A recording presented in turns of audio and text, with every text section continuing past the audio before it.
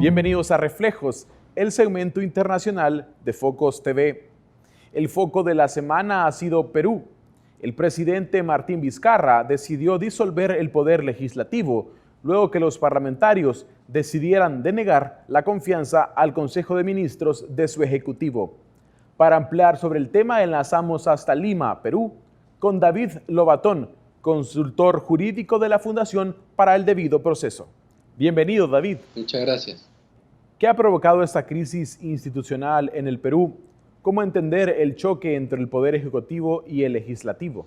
Sí, mira, muy brevemente, lo que ha ocurrido, como tú bien has señalado en tu pregunta, un choque de trenes realmente, una crisis político-institucional muy seria en el Perú, en virtud del cual el Ejecutivo y el Legislativo han llegado al máximo punto de enfrentamiento que han tenido los últimos 3 años desde 2016 y que ha significado finalmente que el presidente de la República, el Ejecutivo, haga uso de una potestad constitucional prevista en el artículo 134 de nuestra Constitución, en virtud de la cual el presidente de la República, si le es denegada la confianza a 2 gabinetes ministeriales o censurados 2 gabinetes ministeriales, tiene la potestad constitucional para disolver el Congreso, el Poder Legislativo, y convocar en ese mismo decreto de disolución a elecciones parlamentarias solamente en los próximos 4 meses, cosa que hizo el presidente de la República en la noche del 30 de septiembre pasado, es decir, el último lunes, ¿no? Ahora bien, ¿cómo se llegó a esta situación? ¿Qué provocó que el presidente Vizcarra haya decidido disolver el Congreso? Bueno, primero respecto a eso, hay una trayectoria de enfrentamiento y de obstrucción que el presidente de la República reclama al Poder Legislativo los últimos 3 años, en el sentido que tenemos en el Perú un sistema electoral que cabe como posibilidad que un presidente de la República sea de un partido determinado, pero que el Congreso lo domine la mayoría de otro partido, es decir, de un partido opositor. Eso sucedió en el 2016 con las elecciones generales y eso ha significado una atmósfera de no colaboración, sino de obstrucción del Parlamento respecto al Ejecutivo. Y lo que pasó en concreto, es decir, la gota que rebalsó el vaso, fue que el Ejecutivo, el presidente de la República, le pidió e hizo cuestión de confianza al Parlamento para que suspendiera un proceso de elección de los nuevos miembros del Tribunal Constitucional peruano para que se sometiera una nueva modificación de las reglas en virtud de las cuales se elige a esos nuevos magistrados del Tribunal Constitucional, e hizo cuestión de confianza por eso, porque había un proceso en curso de elección de magistrados. Esto no fue, el Parlamento hizo caso omiso de eso, y eso ha generado que el presidente de la República considere por no otorgada la confianza y active el artículo 134 de nuestra Constitución, que supone la disolución del Parlamento.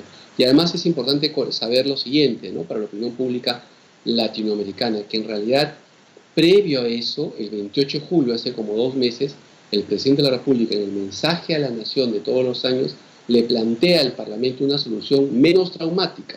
Le dice: reformemos la Constitución, acortemos el mandato de ambos poderes y vayámonos los 2 poderes antes en el 2020, cosa que hace una semana el Parlamento archivó esa propuesta de reforma constitucional, y lo que ha generado finalmente esa situación de crisis. Finalmente, entiendo que la Constitución peruana establece que tiene lugar una disolución del Congreso cuando se deniegue en 2 ocasiones la confianza al Gabinete de Ministros. Sin embargo, la primera negatoria ocurrió cuando estaba al mando el presidente Kuczynski. ¿Qué dicen las leyes y jurisprudencia peruana? ¿Avalan la acción del presidente?